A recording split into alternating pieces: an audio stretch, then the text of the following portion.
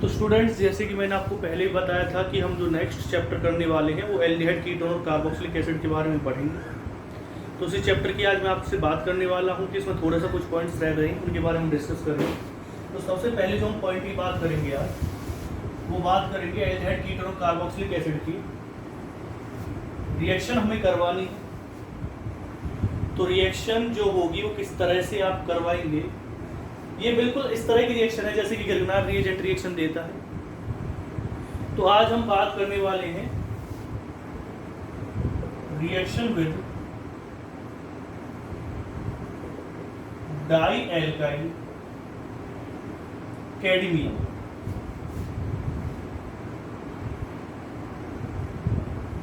तो किस तरह से रिएक्शन होगी इसके साथ। सबसे पहले अगर हम बात करेंगे, RMgX दे रखा, पहले हमारा टारगेट रहेगा डाई एल्काइल कैडमियम बनाने। कौन सा चैप्टर आप पढ़ रहे हैं? आप पढ़ रहे हैं aldehyde ketone and carboxylic acid. जब आप RMgX की रिएक्शन करवाएंगे CD2Cl2 के साथ, तो उसमें से क्या बाहर निकलेगा? MgX Cl बाहर निकल जाएगा। कितने मोल्स आप ले सकते हैं इसमें? 2 मोल्स आपने इसके लिए, और साथ में क्या बाहर निकलेगा? R2CD। अब जैसे किसी के साथ आपको इसकी रिएक्शन करवानी है, हम प्रिपरेशन कर रहे हैं। प्रिपरेशन किसकी प्रिपरेशन कर रहे हैं? एल्डिहाइड कीटोन कार्बोक्सिलिक एसिड की तो नहीं, मतलब कार्बोक्सिलिक एसिड की तो नहीं करेंगे, एल्डिहाइड और कीटोन की प्रिपरेशन कर रहे हैं। तो अगर हम रिएक्शन करवाते हैं इसकी किसके साथ? R2CD के आपने रिएक्शन करवाई, किसके साथ रिएक्शन करवाई आपने? एसिड क्लोराइड के साथ रिएक्शन करवाई। भाई कहीं आप ये समझे कि भाई एसिड क्लोराइड के साथ हमेशा रोजनमोल रिडक्शन होगा, तो ऐसा भी कुछ नहीं है कि हर बार रोजनमोल रिडक्शन होगा। इसके साथ आपने रिएक्शन करवाई, क्या बना देगा? R डैश ले लीजिए जिससे कि हम पहचान में आ रही चीजें। तो क्या लिखेंगे आप इसे? R डैश COR, साथ में क्या आ जाएगा? CDCl, यानी फिर से क्या मिल जाएगा? CDCl2 मिल जाएगा। और जैसे कि एक एग्जांपल ले लेते हैं इसका। आपने एग्जांपल लिया C6H5COCl, किसके साथ रिएक्शन करवाई आपने इसकी? आपने इसकी रिएक्शन करवा दी CH3 की ट्वाइस CD के साथ, क्या बना देगा? C6H5COCH3 यानी एसिटोफिनोन, और साथ में क्या बाहर निकलेगा? CDCl। तो इस तरह से इसकी कुछ रिएक्शन है डाई एल्काइल कैडमियम के साथ। पहले हमने डाई एल्काइल कैडमियम बनाया है, किसके साथ रिएक्शन करके? गिरगनार रिएजेंट के साथ रिएक्शन करके। ये रिएक्शन ऑलरेडी मैं गिरगनार रिएजेंट वाले कोर्स में आपको करवा चुका हूं। उसके बाद आप एग्जांपल्स देख रहे हैं किस तरह से इसकी रिएक्शन होगी। नोट डाउन कीजिए इसे।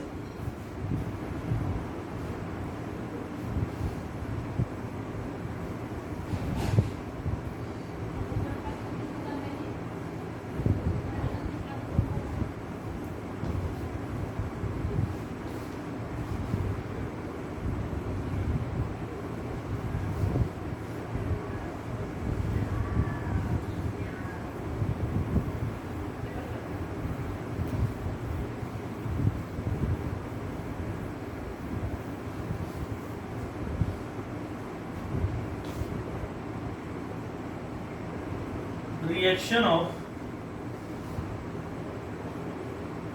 Hydrogen cyanide HC। तो ये भी एक इंपॉर्टेंट रिएक्शन है। किस तरह से होगी रिएक्शन, थोड़ा सा उसके बारे में डिस्कस कर लेते हैं। सबसे पहले है it is a nucleophilic addition reaction. ये न्यूक्लियोफिलिक एडिशन रिएक्शन होती है। दूसरी चीज क्या है इसमें? Presence of base is required. इसमें हमें एक बेस की जरूरत पड़ेगी, बेसिक मीडियम में रिएक्शन होगी। दूसरा चीज क्या है? Formation of cyanohydrin takes place. इसमें जो प्रोडक्ट बनेगा वो क्या बनेगा, साइनोहाइड्रेट बनेगा। अब देखते हैं कि रिएक्शन किस तरह से होगी। सबसे पहले है इस वाले रिएक्शन के अंदर आपको एक स्टेप देखना पड़ेगा कि रिएक्शन होगी बेस के साथ। क्या बना देगा, H2O, साथ में क्या बाहर निकलेगा, Cl नेगेटिव। ये किसकी तरह काम करेगा, न्यूक्लियोफाइल की तरह काम करेगा।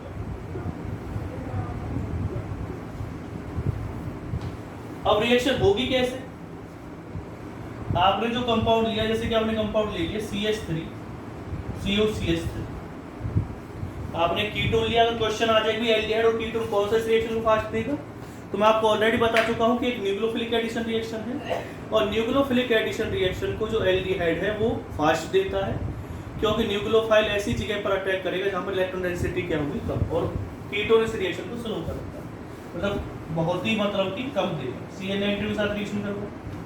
अब रिएक्शन होगी गैस कहाँ पे, ये एक एडिशन रिएक्शन है, तो एडिशन रिएक्शन जनरली वहां पर होती है जहां पर क्या होगा, डबल बॉन्ड होता है, CO के साथ अटैक करेगा, ये इस पर अटैक करेगा तो इलेक्ट्रॉन कहां पर पहुंच जाएंगे, ऑक्सीजन के पास। क्या बना देगा, CH3 CO नेगेटिव CH3, यहां पर क्या आएगा, C। ठीक है, फिर आप इसकी रिएक्शन, क्योंकि इसमें कुछ वाटर मॉलिक्यूल बने H2 के साथ करवाएंगे, क्या बना देगा, CH3 COH Cl CH3। इसे क्या कहते हैं हम, साइनोहाइड्रेट।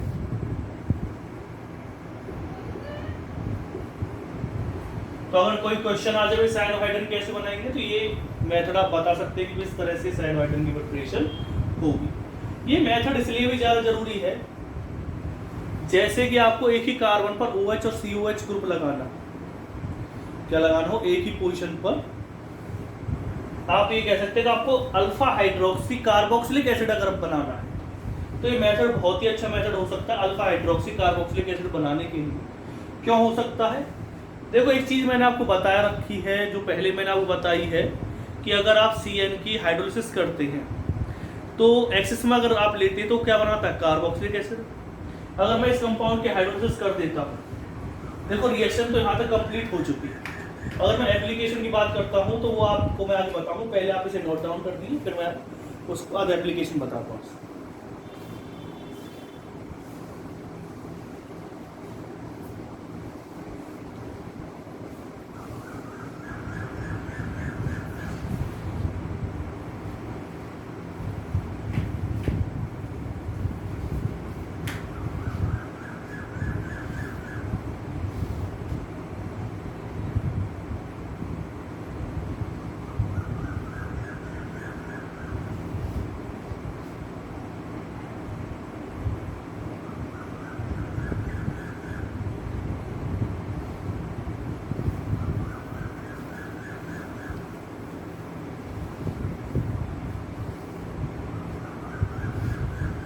अगर मैं इसकी बात करता हूँ, इसमें साइनोहाइड्रेट के साथ रिएक्शन करवाइए,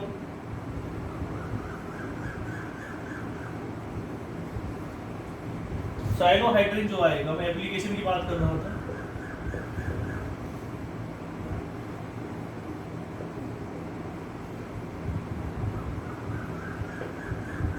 तो यहाँ पे क्या दे रखा था, OH दे रखा था, यहाँ पे क्या दे रखा था, Cl, यहाँ पे CH3। आपने क्या की इसकी हाइड्रोलिसिस की, एसिडिक प्रोसेस में क्या बना देंगे, CH3OH COH और साथ में क्या आएगा, CH।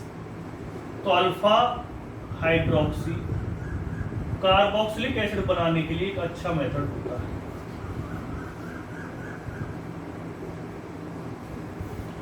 अगर CH3CHO के साथ यानी एल्डिहाइड के साथ CN की रिएक्शन करवाते हैं तो क्या बना देंगे, CH3CH O नेगेटिव Cl। फिर इसकी वाटर के साथ रिएक्शन होगी, क्या बना देंगे, CH3CHOH Cl।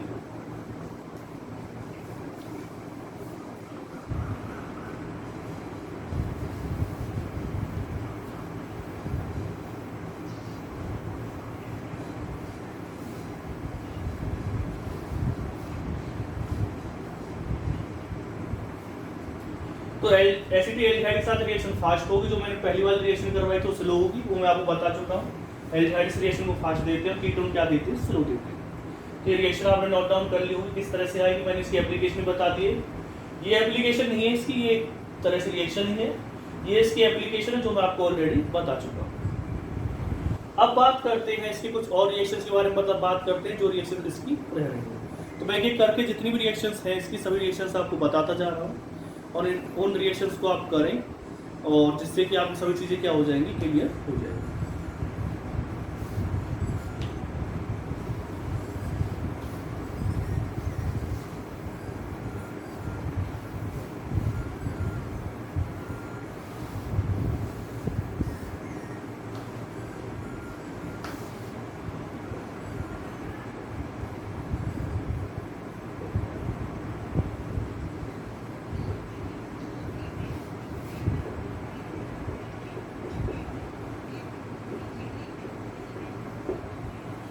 नेक्स्ट की अगर हम बात करते हैं इसमें, ये कुछ अलग तरह की रिएक्शंस हैं, और ये बहुत ज़्यादा ज़रूरी भी कह सकते हैं कि हो सकता आज भी जाए रिएक्शन। तो सबसे पहले बात करते हैं फॉर्मेल्डिहाइड HCHO के साथ रिएक्शन। किसकी रिएक्शन की बात कर रहे हो, HCHO के साथ आप रिएक्शन पढ़ रहे हैं किसकी, अमोनिया की। अमोनिया आपने एक्सेस में ले रखा है, CH2 6N4, इसका नाम होता है हेक्सामेथाइल टेट्रामाइन। स्ट्रक्चर अगर हम इसकी बनाते हैं, इसको एक और नाम से जाना जाता है यूट्रोफिल।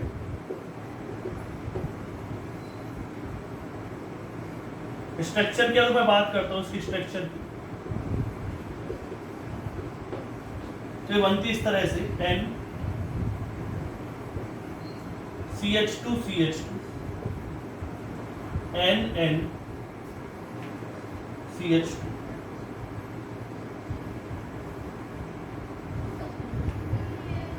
N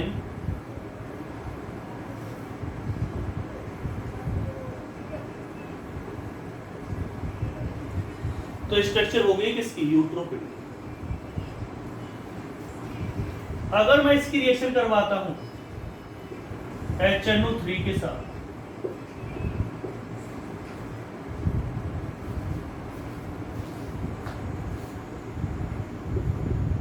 तो ये कंपाउंड जनरेट करता है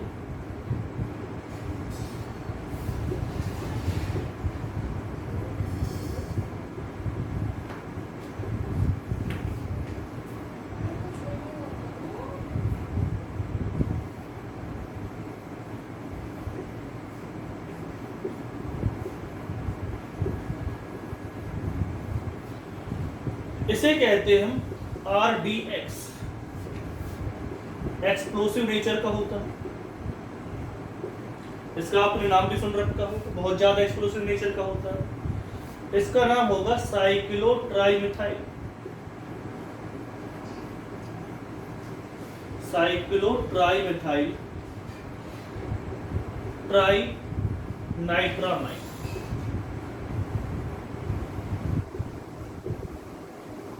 इसका कॉमन नेम तो ये हो गया, ये इसका कैसा नाम है, आल्काइल नेम है। तो हर एक पॉइंट मैंने आपको इसका क्लियर कर दिया है किस तरह से इसकी रिएक्शन होगी। अगर आप अमोनिया को एक्सेस में लेते हैं फॉर्मेल्डिहाइड के साथ, तो क्या बनाता है, हेक्सामेथाइल टेट्रामाइन बनाता है, जिसे हम यूट्रोपिन कहते हैं। और जो यूट्रोपिन होता है उसकी स्ट्रक्चर मैंने आपके सामने बना दी, इस तरह की स्ट्रक्चर होगी। अगर आप उसमें कंसंट्रेट HNO3 डालेंगे तो क्या बना देगा, ये बनाता RDX, जिसका आप नाम भी जानते होंगे। इसका नाम होती, फुल फॉर्म क्या होती है इसकी, research development explosive, research development explosive इसकी फुल फॉर्म होती है। इसे नोट डाउन कीजिए, बहुत ही इंपॉर्टेंट कंपाउंड बन गया है।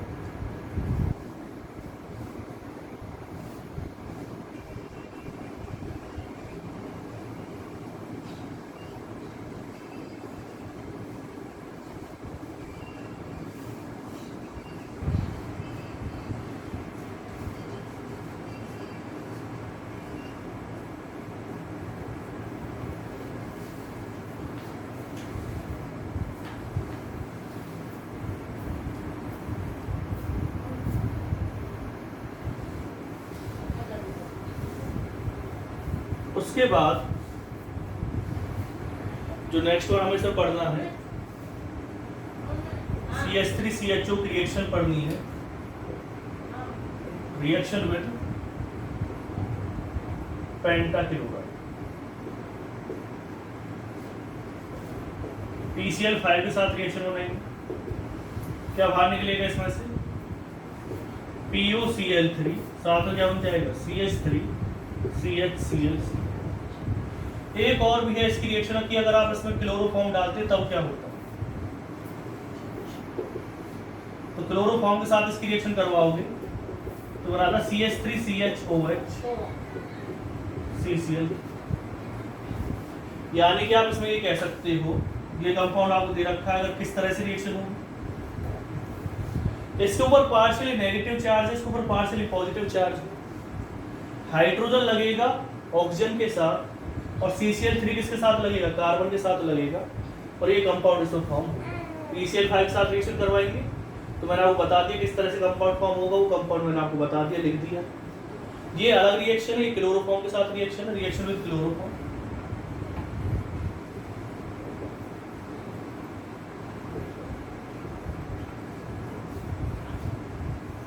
इसे लिखिए,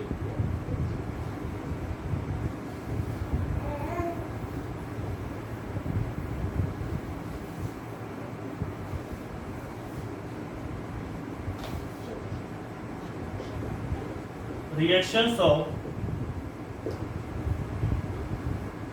बेंजल्डिहाइड। जब हम बेंजल्डिहाइड की रिएक्शन, कौन सी रिएक्शन पढ़ रहे हैं हम बेंजल्डिहाइड की, अब पढ़ेंगे हम इलेक्ट्रोफिलिक सब्स्टिट्यूशन रिएक्शन।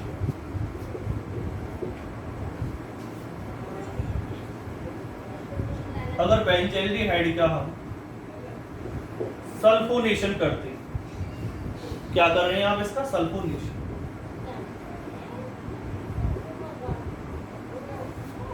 तो इसमें क्या बनेगा CHO, इसकी मेटा पोजीशन पर क्या आ जाएगा SO3H, और एक क्या कर सकते हैं आप इसका नाइट्रेशन।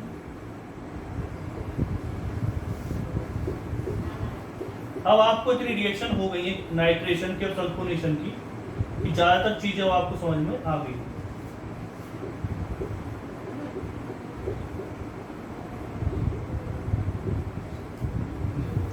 मेटा पोजीशन में कौन सा ग्रुप लग जाएगा, NO2 ग्रुप। ठीक है, इसका नाम क्या आएगा, क्योंकि आजकल CBSE में ट्रेंड चला हुआ है कि आप इसका नोमेनक्लेचर ही बताओ उस कंपाउंड का, तो इसका नाम रहेगा मेटाफॉर्माइल बेंजीन सल्फोनिक एसिड, और इसके नाम की बात करते हैं तो इसका नाम आएगा मेटा नाइट्रो बेंजल्डिहाइड कह सकते हो आप इसे।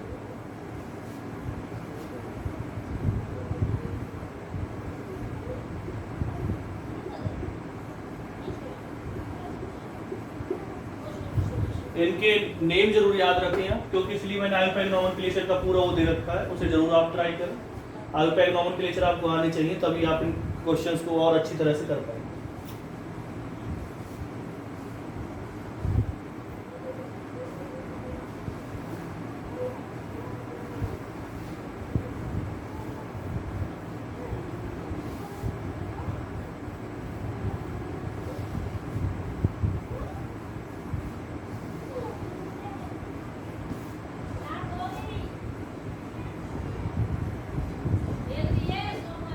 Reactions of acetophenol. अब भी कौन सी रिएक्शंस की बात कर रहे हैं, इलेक्ट्रोफिलिक सब्स्टिट्यूशन।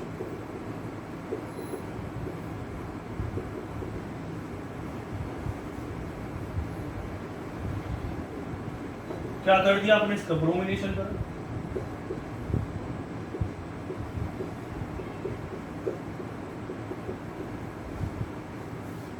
तो यहाँ पे क्या लग जाएगा, ब्रोमीन लग जाएगा।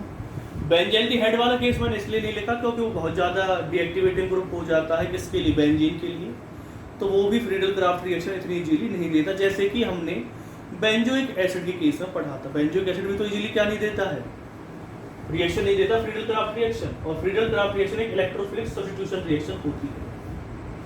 ये दे देता है क्योंकि ये इतना ज़्यादा डीएक्टिवेट नहीं कर पाता है। तो ये किसका एग्जांपल आ गया? ब्रोमीनेशन।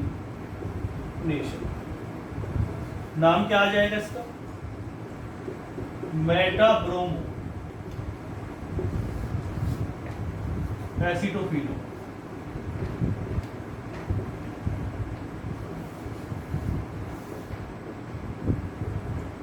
अगर आप इसका सल्फोनेशन करते हैं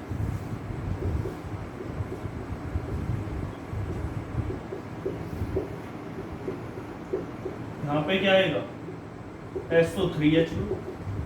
भाई ये सभी चीजें मैं आपको बता चुका हूं। जैसे कि अगर आप बात करें, आपसे कहा जाए CHO ग्रुप या COH ग्रुप या COCH3 ग्रुप, ये सभी के सभी मेटा डायरेक्टिंग ग्रुप, और मैं आपको बता चुका हूं। इसलिए रेजोनेंस का वीडियो आप देख लें, 4th और 5th वीडियो, अगर आपको पता नहीं चल पा रहा कि कैसे ये क्या है मेटा डायरेक्टिंग समझने के लिए। और इसलिए इनकी मेटा पोजीशन पर जो भी ग्रुप लग रहा है मेटा पे लग रहा है। तो बहुत लोग माइंड में आ रहा होगा, जैसे क्लोरीन की हमने रिएक्शन करवाई थी या एनिलीन की रिएक्शन करवाई थी जिसमें NH2 ग्रुप होता है, या फिनॉल की रिएक्शन करवाई थी, तो उनकी ज़्यादातर कौन सी पोजीशन पे लगता था? ऑर्थो या पैरा पे। लेकिन इसमें मेटा पे क्यों लग रहा है, वो मैंने सभी चीज़ें आपको उस वीडियो में क्लियर की हैं। तो उसमें आप पहले वीडियो वॉच कर दें, तब आप इसे देखें। और जो स्टूडेंट ये समझ रहा है कि भाई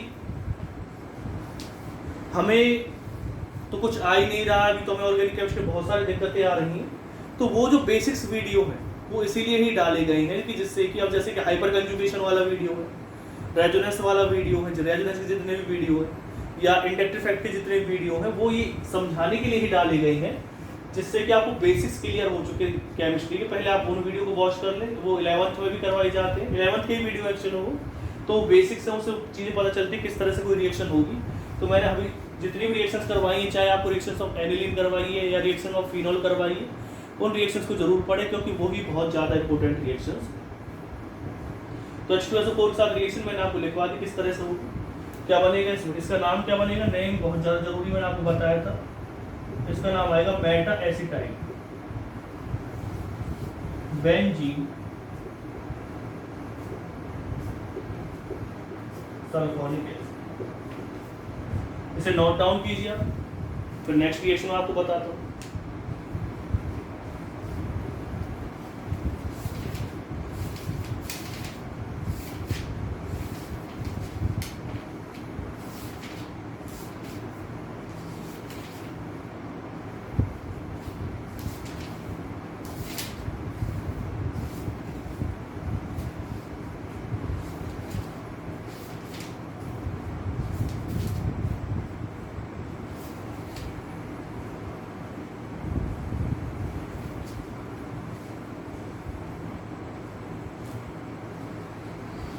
ये आपने नोट डाउन कर लिया होगा। इसकी रिएक्शन और रह रही है नाइट्रेशन।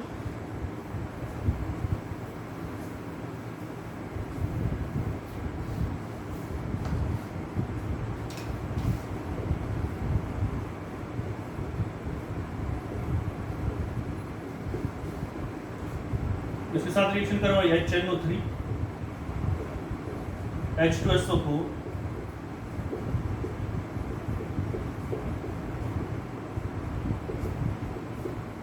इसका नाम आएगा मेटा नाइट्रो एसिटोफिनो।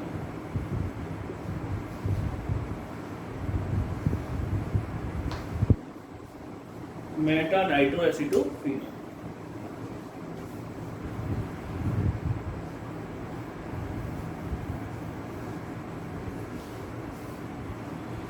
अब जब हम नेक्स्ट वन की अगर हम बात करते हैं, नेक्स्ट टॉपिक की अगर मैं बात करता हूँ, इसमें एक अलग सा टॉपिक है थोड़ा सा, उसकी बात कर लेते हैं।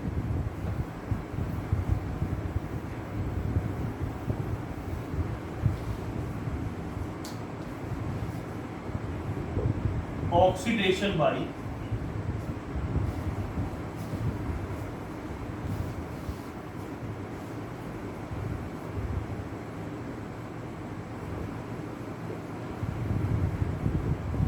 सेलेनियम ऑक्साइड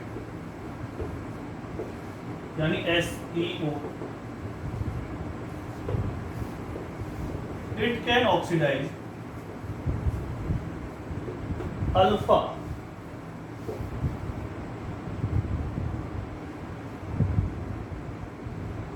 आप कह सकते हो अल्फा मिथाइल ग्रुप कह सकते हो, alpha carbon of aldehyde and ketones in C-डॉर्मोन ग्रुप। इसका मतलब क्या है? जैसे कंपाउंड दे रखा है एल्डिहाइड के, आप जानते हैं ये वाले कार्बन है, ये कौन सा कार्बन? अल्फा। ये एल्डिहाइड ग्रुप हो गया, एल्डिहाइड कौन सा कार्बन है? Alpha carbon. तो अगर आपने SeO2 डाल दिया तो इसमें चेंज कर देगा इस ग्रुप को, वो C-डॉर्मोन O ग्रुप में चेंज कर देता, कार्बोनिल ग्रुप में चेंज कर देगा CO ग्रुप। ठीक है, अब ये CO में चेंज करेगा तो बैलेंस ही करने के लिए सीधी सी बात यहाँ पे हाइड्रोजन भी आएगा, बैलेंस तो करने पड़ेगा। अगर आपको ये दे रखा है CH3 C-डॉर्मोन 2 CH3, अगर आपने एक मोल लिया है CO2 का तो क्या बना देगा? CH2 C-डॉर्मोन 2 CH3। अगर आपको इस तरह का कोई कंपाउंड दे रखा है CH3 C-डॉर्मोन 2 CH2 CH3, तो ये क्या बना देगा? अल्फा तो ये भी, लेकिन जो ज्यादा स्ट्रिक्ट हिंड्रेंस वाली होती है उसके साथ रिएक्ट करता है।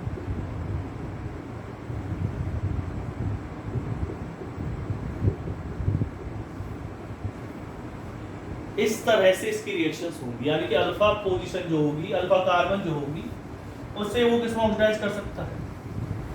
एल्डिहाइड या कीटोन में ऑक्सीडाइज करेगा। तो मैंने आपको बता दिया किस तरह से रिएक्शंस होंगी इसकी, इसे भी आप नोट डाउन कीजिए।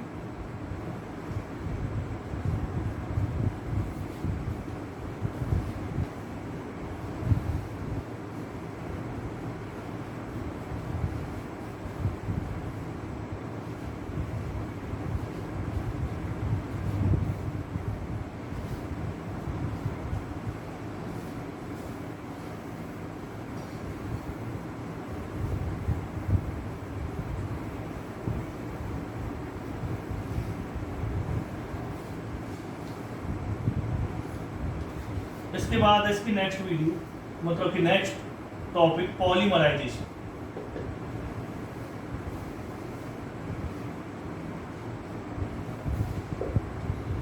सबसे पहले अगर हम बात करते हैं इसमें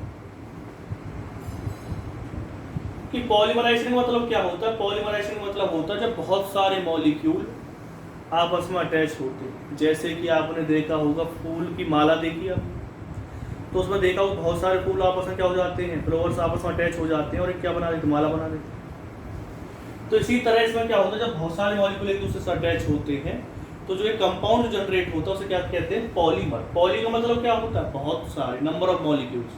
मर का मतलब क्या होता है, मॉलिक्यूल। और जब उसे प्रिपेयर किया जाता है तो उसे क्या कहते हैं, उस प्रोसेस को पॉलीमराइजेशन कहा जाता है।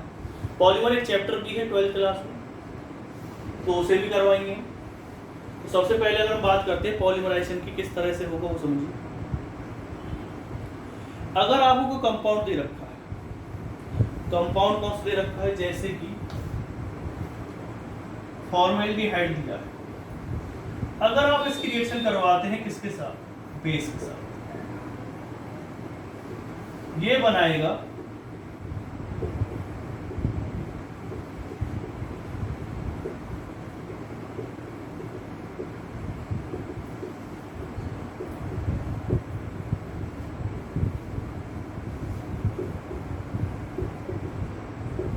इस कंपाउंड का नाम है फॉर्मोज 1 2 3 4 5 6। तो सब बहुत सारे एल्डिहाइड फॉर्मेल्डिहाइड मॉलिक्यूल क्या हुए, अटैच हुए, और इस तरह से क्या हुई है इसकी रिएक्शन, नोट डाउन कीजिए। दूसरा है, अगर आप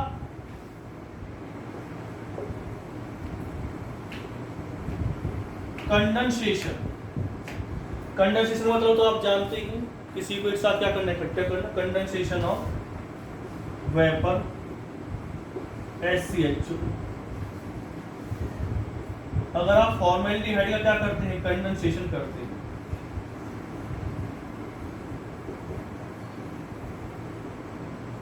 तो क्या होता है, इसके मॉलिक्यूल एक साथ इकट्ठे हो जाते हैं और कंपाउंड बनाते हैं।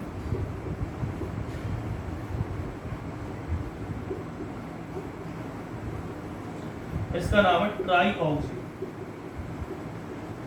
इसे हम मेटा फॉर्मेल्डिहाइड।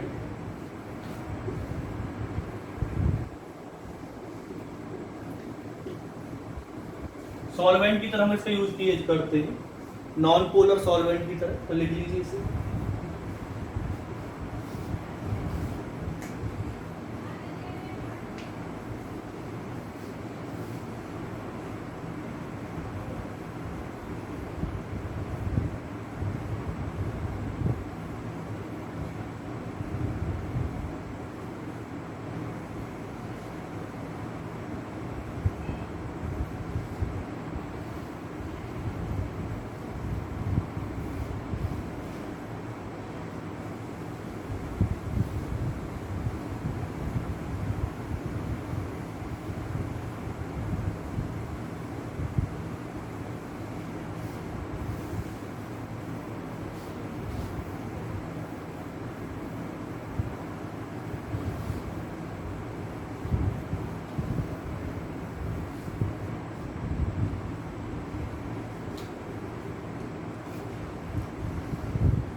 अगर हम नेक्स्ट रिएक्शन की बात करते हैं, हम इसको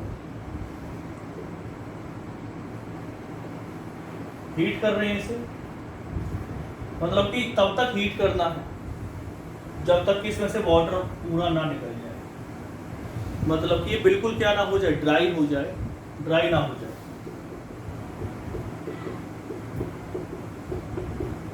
तो इसमें एक कंपाउंड बनता है, इसे कहते हैं हम पैरा एल्डिहाइड। ठीक है, 40% क्या लिया हमने, फॉर्मेल्डिहाइड लिया है, जिसे हम फॉर्मेलिन भी कहते हैं। और इसी पे क्या करते हैं, इसे हीट करते रहते जब तक कि ये पूरा क्या ना हो जाए, ड्राई ना हो जाए, मतलब वाटर पूरा बाहर ना निकल जाए। फिर हम पॉलीमराइजेशन की बात करते हैं, CH3CH2 का पॉलीमराइजेशन करते हैं 298 केल्विन पर, और कंसंट्रेट क्या लिया आपने, H2SO।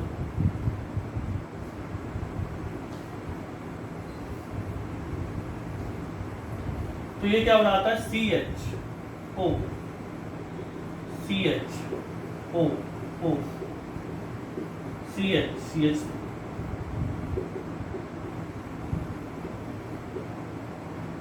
इसका नाम होता है पैरा एल्डिहाइड, इसका नाम होता है पैरा फॉर्मेल्डिहाइड।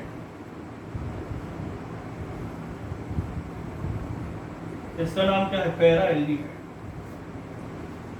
ये मेडिसिन की तरह यूज किया जाता है, हाइपोनोटिक यानी कि स्लिप प्रोड्यूसिंग जो ड्रग्स होती हैं। अब पढ़ेंगे आप ड्रग्स के अंदर कहाँ पे आएगा, इस chapter chemistry in everyday life में आएगा, इसलिए मैंने आपको बता दिया है। एक क्वेश्चन आया भी था, अभी मैंने टेस्ट लिया था उसमें, तो इसमें आप लिख सकते हैं इसका यूज किया जाता है उसमें, हाइपोनोटिक। हाइपोनोटिक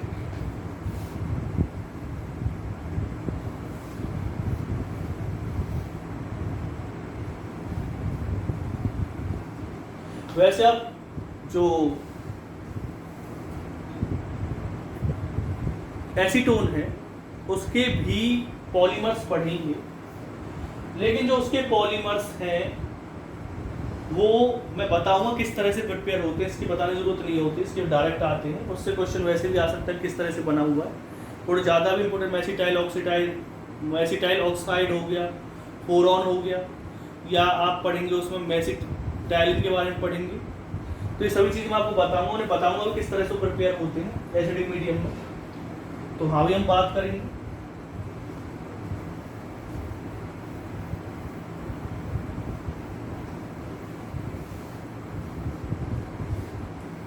अभी बहुत सारे रिएक्शंस का मतलब ये है कि कुछ चीज़ें रह जाएंगी इसमें, तो उन चीज़ों को मैं आपको बताऊंगा, और कोशिश रहेगी कि इसमें से ज़्यादातर जो क्वेश्चन आता है वो रोड मैप क्वेश्चन आने के चांस होते हैं। 5 मार्क्स का रोड मैप क्वेश्चन आता है इससे, और 5 मार्क्स का जो रोड मैप क्वेश्चन आएगा वो बहुत ही इंपॉर्टेंट है आपके लिए। मतलब रोड मैप का मतलब क्या होता है, जब एक रिएक्शन दूसरी रिएक्शन से और दूसरी तीसरी से, मतलब कि बहुत सारी रिएक्शंस हो रही हैं, और सब बात पूछे जाए भाई A क्या बनेगा, B क्या बनेगा, C क्या बनेगा, D क्या बनेगा, या आपको प्रोडक्ट पता लगाना है, तो इन क्वेश्चंस की आपको ज़्यादा से ज़्यादा प्रैक्टिस करनी है। मैं आपके पास असाइनमेंट सेंड कर दूंगा और उसमें से आप ज़्यादा से ज़्यादा क्या करेंगे, प्रैक्टिस करेंगे इन क्वेश्चंस की, जिससे कि आपको ये रिएक्शंस मतलब ये क्वेश्चंस आप तभी कर सकते हैं जब आप एक ऑर्गेनिक में अच्छी तरह से आपने प्रैक्टिस कर रखी है। तभी मैंने ऑर्गेनिक करवाई आपको। तो ऑर्गेनिक की वीडियोज आप देखिए ज़्यादा से ज़्यादा, जिससे कि मतलब आपको हर एक पॉइंट क्लियर हो जाए। और इस वीडियो के बाद ज़्यादातर आप जितने भी क्वेश्चंस हैं उन्हें करने में थोड़े से क्या हो जाएंगे, कैपेबल हो जाएंगे कि हाँ भी ये रिएक्शंस में ये पॉइंट होगा। तो एक और रिएक्शन कर रही हैं इसमें, इस बार रिएक्शन के साथ करेंगे HCl के साथ। और टेम्परेचर कितना लेना है, 273 केल्विन। क्या बनाएगा, मेटा एल्डिहाइड।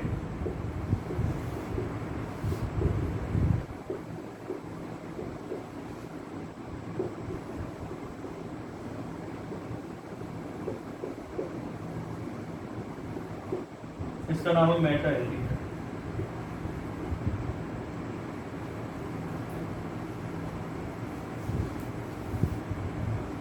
इसे नोट डाउन कीजिए।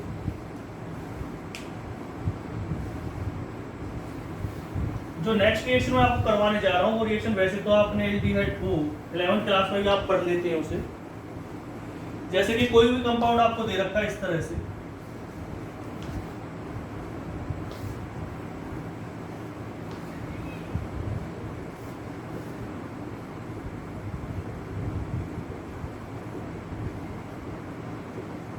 ऑक्सीडेशन बाय KMnO4, इसे दिया हुआ है CH3।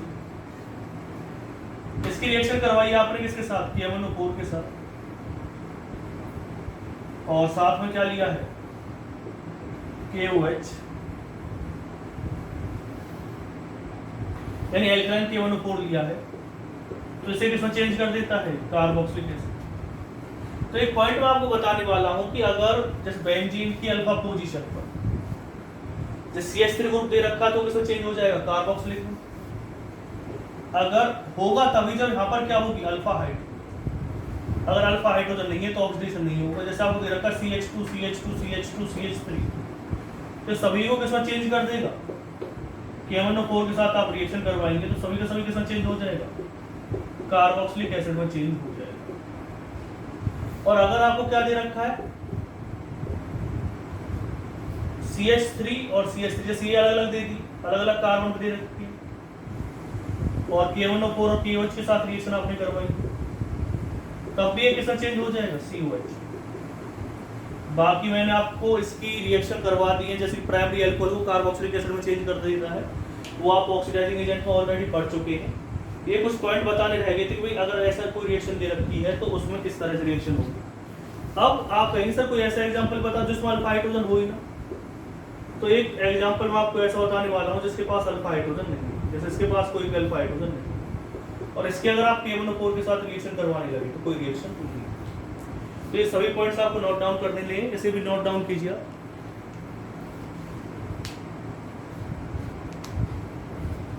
यहाँ पे भी COH लगेगी, जहां जहां अल्फा हाइड्रोजन होंगी वहां पर रिएक्शन होगी।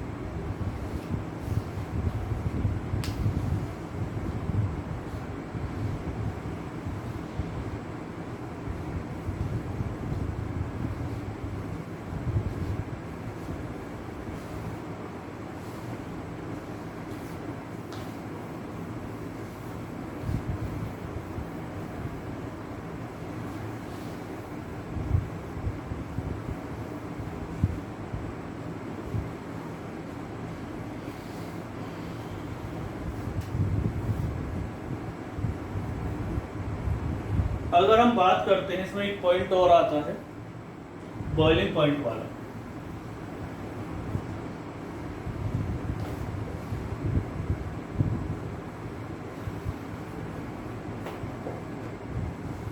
तो बॉइलिंग पॉइंट की अगर हम बात करते हैं, ज्यादातर केस में देखा गया है कि जैसे दे रखा CH3COH, CH3CH2OH, CH3CHO, ये तीन आपको दे रखे हैं, और एक साथ दिया हुआ है CH3CH2CH3। अगर हम तीनों के मास की बात करें तो तीनों का मास क्या रहेगा, कंपेरेबल। कंपेरेबल का मतलब ये होता है कि मास इनका आसपास ही होगा, मतलब कि मॉलिक्यूलर जो मास की बात कर रहे हैं वो आसपास ही होगा। तो अगर जो कंपाउंड्स आपको दे रखे हैं, ये 1 2 3 4 कंपाउंड आपको दिए हुए हैं और आपसे कहा जाए कि बॉइलिंग पॉइंट का ऑर्डर लिखिए, तो एक चीज़ मैं आपको बता देता हूँ, सबसे ज़्यादा बॉइलिंग पॉइंट किसका रहेगा। मैंने पूरा ऑर्डर ही लगा रखा है, बॉइलिंग पॉइंट सबसे ज़्यादा रहेगा इसका। इसका रीज़न क्या है? अगर आपसे कोई पूछे कि भाई कार्बोक्सिलिक एसिड बहुत ज़्यादा हाई बॉइलिंग पॉइंट होता है इसका, क्यों?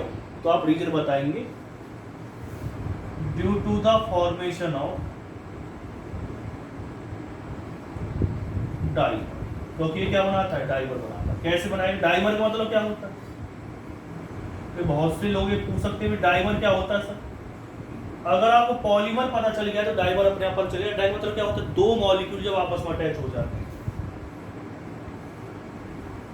कैसी हाइड्रोजन बॉन्डिंग है इसके अंदर? इंटरमॉलिक्यूलर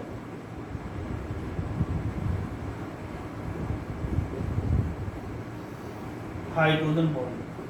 तो अगर आप दोनों ही पॉइंट लिख दें इसमें, it can form dimer due to the intermolecular hydrogen bonding. तो वहीं पर ये क्वेश्चन खत्म। ये पूछ रही जानने लगे कि भाई क्यों इसका बॉइलिंग पॉइंट हाई होता है, तो क्योंकि ये डाइमर फॉर्म करता है। इसका रीजन क्या है? आप कहेंगे सर इसका रीजन सिर्फ क्या आएगा? Intermolecular hydrogen bond.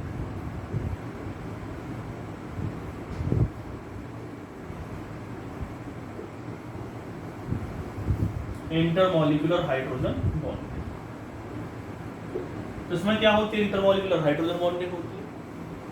इससे ज्यादा क्यों है? क्योंकि इसमें कोई हाइड्रोजन बॉन्डिंग नहीं होती, सिर्फ क्या होता है? Dipole dipole interaction.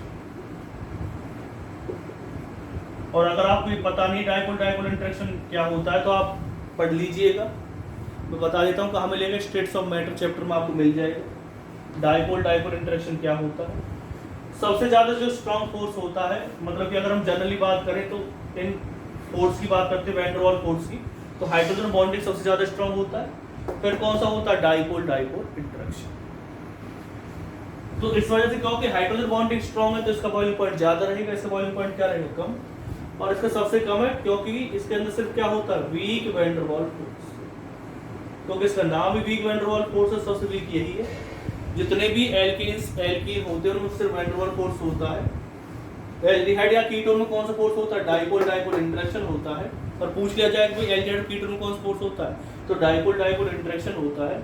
और इसमें अगर पूछ जाए कि भाई कैसी बॉन्डिंग होगी, तो इंटरमॉलिक्यूलर हाइड्रोजन बॉन्डिंग बनाता है, इसलिए इसका बॉइलिंग पॉइंट कौन सा नंबर पाएगा? दूसरे पे। और पहले पे कौन सा आएगा? कार्बोक्सिलिक एसिड का आता है। और रीजन मैं आपको बता चुका हूँ क्यों होता है ऐसा, क्योंकि ये डाइमर बना देता है due to the intermolecular hydrogen bonding.